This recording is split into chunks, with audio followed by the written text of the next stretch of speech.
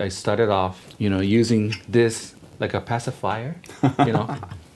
Yeah. I would watch my dad play, have fun, and also I would watch the audience, and I was thinking, wow, my dad is making people happy, and my dad's having fun too. There was one point that my lips were so cut and open, just to stop the bleeding.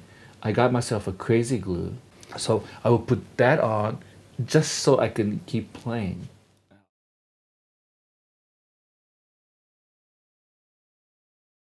Hey YouTube, today we have a very special guest. With us is Eric Miyashiro, world famous trumpet player, clinician, all around great guy, and we're just going to talk today about Eric Miyashiro, his life growing up, all the different gigs he's had, the great names he's played with, his equipment, and anything else he feels like he wants to share with us. I'm really looking forward to this. Eric, thank you for being Gary, here. thanks for having me. It's an honor to be here. So you play trumpet, obviously, and I was reading a little bit about you, and you started, at what age did you play? I really don't remember because my father was a professional trumpet player. Okay. So I guess I would tag along with him to his concerts, gigs, and geez, the trumpet was always around the house, just lying around.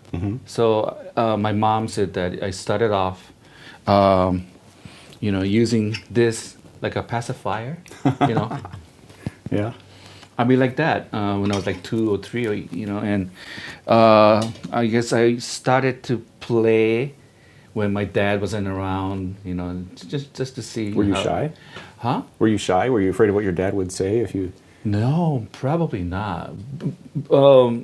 Shyness is no, for us musicians, especially trumpet. It's not a shy instrument. So anyway, I guess, I don't know. I really don't remember when I started. It was a toy to me. It wasn't an instrument. So you really can't remember life before the trumpet? No, I guess I got kind of serious when I went to, when I got up to middle school, Yeah. when there was a band. But before that, I was at home playing along with the TV, radio, records, right? And just trying to, experiment. Okay, this button sounds like this. This and this makes that noise. And just kind of tried and experimented, and figured things on my own. My dad never taught me, Okay. and That's so interesting. I'm completely self-taught to this day. Really, Was there at any point in your life when you imagined yourself doing anything other than being a musician? no, No, really. this is from the day one, it's like, I'm all But in. This is- because you know why? Because I would see my dad at home watching TV with beer, looking like a slob. But when he went onto the stage, he switched into No business. that musician mode, Yeah. and he looked really cool, like a superstar, right? So I guess deep down, in my heart, I kind of knew it meant that's cool, because I would watch my dad play, have fun, and also I would watch the audience, and they're smiling and they're laughing and they're going home, leaving the concert happy, and I was thinking, wow, my dad is making people happy, and my dad's having fun too. So man, what cool way to live your What's life. wrong with that? Yeah. I know, so I guess there was no doubt in my mind, from early on that, that's what I wanted to do.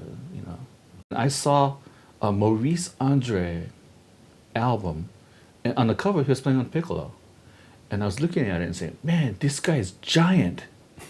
The trumpet looked that small. Man, that's a big Frenchman, man. So I told my dad that, and he said, no, that's it's called Piccolo trumpet. It's it's 1 octave higher than your trumpet, and it's for high notes. And they said, well, that's cool, Dad. Can you buy me one? And I said, no, it's too, you're too young for that. So I said, no, come on, Dad. No, come on, Dad. Buy me a Piccolo. No, that went on for about half a year. And finally he said, okay, I'll buy you a Piccolo, shut up. So he bought me a Piccolo, and I, first day I snapped my mouthpiece on and tried to play it. Dad, this is broken. This is it. No, stupid. He's not going to make you play any higher than you can on a regular horn. It just, it's for the color, the sound, and and it just it's not going to make you any higher. So kind of light bulb kind of went on, and just said, oh, okay, all right, all right.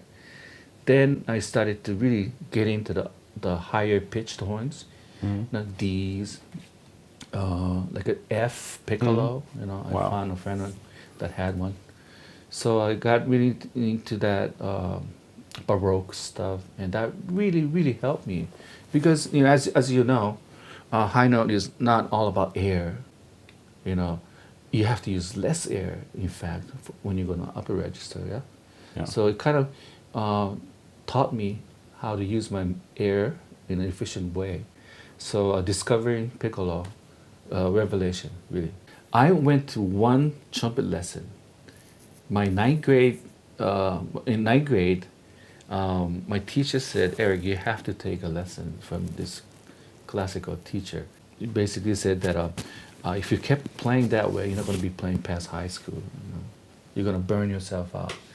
And I said, okay. So I went to one lesson, and I sat there, and what he did was he told me how bad I was, that all the things that that was wrong with me. So that's gonna no, you're tonguing wrong. No, your ear's wrong. You have to use more dynamics. No, this, that. And I'm carrying no's, a bunch of no's. I'm like going, man, this is not fun, man. This sucks, man. And I said, okay, this is not gonna work. I don't want to take any more trumpet lesson, So I bought a bunch of books. I mean, Arbin, Charlier, Clark, Clyde Gordon, Maggio, Yeah. anything that I could get my hands on, and I played it, and whatever that felt fun, interesting to me, I kept it. Whatever that felt, boring, Yeah. I didn't do it. Like Claude Gordon, it's a great system for some people, but it didn't work for me, and it was so boring to me. It wasn't music, right? Yeah. Yeah, it was just like I don't know, just a bunch of push-ups and sit-ups and jumping jacks. I mean, I asked Maynard Ferguson, what kind of high note practice did you do? And he said that I never practiced high notes. And I said, what? Oh, come on. So no, seriously, I never really practiced the notes. He said I practiced playing in that register, to be more comfortable. So he said he would pick a like simple melody, like a ballad, right? He would play in a key of F or whatever, yeah, and he would play it until he felt comfortable, musical, that he could sing, make a statement out of it. Then he would take it up like a minor third up. Then he would play in the new key, and he would play until he felt that he had that control of that key. Then he kept going higher and higher. He said he used music. So that way you're not like zeroing on just playing the single note. True. It's not like you're a baseball player and just practicing the catch and not actually taking part of the game itself, right? When you have bad days, what do? You wake up in the morning, it's like, oh man, I can't believe what I got to do today, and it's just not there. Do you have a plan B? Great question. I do have plan A, B, C, and D sometimes. Wow. I have to, for the nature of the gigs that I'm asked and required to do, really involves a lot of high velocity, high note, loud, high, fast, and loud kind of gigs. So I really, really have to watch myself. Like right now, I'm on the day 15 of this Europe tour. And every day it's been, travel and play. So right now I have a really bad cut in two places, and it's swollen. And but the 2 nights ago I was in Poland, and man, when I got up, I tried to play, nothing came out. Oh man! And I said, I'm in trouble. Okay, don't panic. But in my years of experiences, I've done so many bad concerts, so to say, with the bad chops, that I kind of know how to sort of get myself back on track to the level of being able to satisfy the audience. Yeah, it's not going to feel good to me. Yeah. It's not going to be like the best night, but it wouldn't be such a terrible performance that the audience is going to go, wow, that was a waste of time. The most important thing is you don't let yourself get to that level. Maynard told me that he had 7 embouchures. He might have been joking, but he said he had a ways to get through any kind of gigs on any jobs. Wow. And I kind of believe it. Yeah. The stuff that he used to do on a nightly basis. He would do that for 2-3 months every night, and Unbelievable. the most important thing is a warm up. Yeah. To how to condition your lips. It's like sax players shaving and wetting, conditioning their reeds before they play. We have to do that every day because we have different reed every day, right? True. It depends on what happened the night before, the day before, or if you're sick, if you have a cold, or if you had too much drink the night before, or whatever. Our lips are different every day. So how do you approach your warm-up? Like you said, it depends on what you did the previous day. Do you have like an end result? Yeah, the lips feel in a good shape now. What sort of things do you do to get your lips ready to play? We should always make it a point to remember our good chop days. Yeah. How that felt like. The warming up process is trying to remember that feeling, I think. Yeah, trying to remember how to play trumpet kind of thing. That's a warm-up process. It's not a practice. So what I do is series of stretches. You're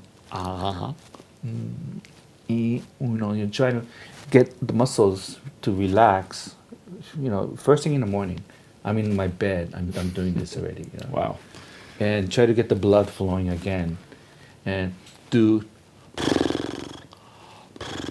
these things, flapping, fluttering, whatever you want to call it, to get the blood, of course, again, flowing. And I will finish it off with buzz, free buzz, and try to focus from here to the playing surface, in the day. Before I introduce the mouthpiece, we often see a lot of people warming up with this thing, right? First thing they do, they take the horn out of the case, take the mouthpiece out, and oftentimes I'll see, go straight into this thing. And I think it's a bad thing. It's like just diving into a cold pool. So I don't warm up on this. I warm up, do a lot of stretches, and try to get that good feeling, then I'll go right into the horn. Interesting. Yeah, because this is not meant to be played. You need ample amount of resistance from the length of the horn to create that stable sound wave to start happening. So when you're doing this, it's not. I don't know if you can hear this. It's not too loud, right? It's like a mezzo forte. Right. Not even that. Yeah, right. But in actuality, when you're trying to make a sound on this alone, it's like super loud. Wow. Yeah. So you're forcing your lips to vibrate, make a noise when you're just doing the mouthpiece. After you're warmed up, mouthpiece playing, practice is great. It will train your ears, first of all, yeah, and it would give you good practice on controlling your embouchure. Yeah, so it is good, but as a warm-up, I would not recommend mouthpiece warm-up. If you have a day where you have to play like the whole day, do you play differently? Do you approach each of those gigs differently than if you only had one gig at night, for example? Knowing you have to get through a marathon rather than just... Yeah. You really have, it's like a marathon runner. You have to kind of map out the day and what you have to do and, how long you have to do. And you kind of sort of have to plan ahead and try to figure out where I'm going to peak at. So on a long day, I will use rehearsal, sound check as a warm-up. And on the first set or something, I'll be still warming up, actually. Wow. I wouldn't be peaking, My goal is the last note of the encore. the star players are not necessarily stronger than we are, we mortals, you know, but they're smarter, you know. They pace themselves. I watched, you know, like Maynard and, you know, Doc and Fitsuri, all these fantastic trumpet players, you know, play, you know, like endlessly, and I often wonder, man, they're strong, but no, they're like smart. really smart. Could you tell us a little bit about some of your, not really the highlights of your career? It's still young in your career, I think, but some of the awesome names that you've played with. High school senior, I was 17, I think. In the United States, at that time, they had a band program that was sponsored by McDonald's, and it's called McDonald's All-American High School Band. I've heard of that. Two high school seniors from each state. So at that time, 50 states, right? So 100 kids would audition from their states, represent the states, and we would get together in New York City, play at the Carnegie, and march in the Macy's parade. And within that 100-piece marching band, there was another audition for a jazz band. And of course, you know, I tried out, and I got the lead on the jazz band. And the guest soloist for that concert was Maynard. No way. I flipped out. I said, "Oh my God, okay, I'm gonna meet this man finally." And I got to Berkeley College after that, under Maynard Ferguson scholarship. Wow. Yeah, full ride for 1 year. Whew, man. So I got to Berkeley for 2 years, and I got a phone call to join Buddy Richards' band. I was 22, and I was too green, and I couldn't handle that book. Yeah. I mean, I was, you know, I had an okay night, and it'll be 8 days of like really bad nights where I could not play at all. It was a hard band because you would play every day. We would pay, we would get paid weekly. So on the days that we don't play, the band loses the money. So they keep adding the dates. So this one tour we did 68 days straight. Oh man. Every night. And of course, you know, my chops got torn to pieces. There was one point that my lips were so cut and open, just to stop the bleeding, I got myself a crazy glue. So I would put that on just so I could keep playing. Oh man. So, you know, I ran into all these serious problems and bad chop days. So again, you know, I learned from my mistakes. And this is when I got to meet Bobby Shu, my mentor. Is that where the lip flutter? Exactly, did that come from Bobby? Yeah. I got that from Bobby. You know, my chops were just so bad, and I just remembered at that point, you know, I didn't know what to do. I was up all night thinking, oh man, what am I gonna do? Oh. And then before leaving Berkeley, my teacher gave me Bobby Shu's phone number. They said, if you're in any trouble, you know, this is the guy to call. So I said, okay. So I found that, you know, little memo, and right away I got it on the phone, and I not realizing it was 4 in the morning in LA time. Oh wow. Yeah, so I woke up his wife, and he's like, "I'm sorry, my name's Eric. I'm on Buddy Richards' band." And before I could finish the sentence, she said, "Okay, I'll wake up Bobby. Hold on." Wow. Yeah, and so Bobby comes on the phone. What? And then I said, "Listen, Bobby, I'm playing lead, and I'm having problems. I can't play anymore." She said, "Okay, do this, that, relax." And he gave me like a trumpet lesson on the phone for about an hour. At 4 in the morning.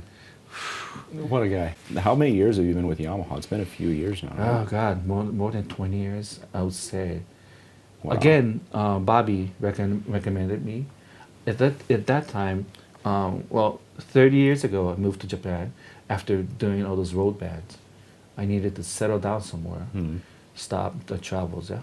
You know, I was playing on a super big, large bore trumpet with a super shallow mouthpiece. You know, typical, you know, trumpet jock setup, Yeah. you know.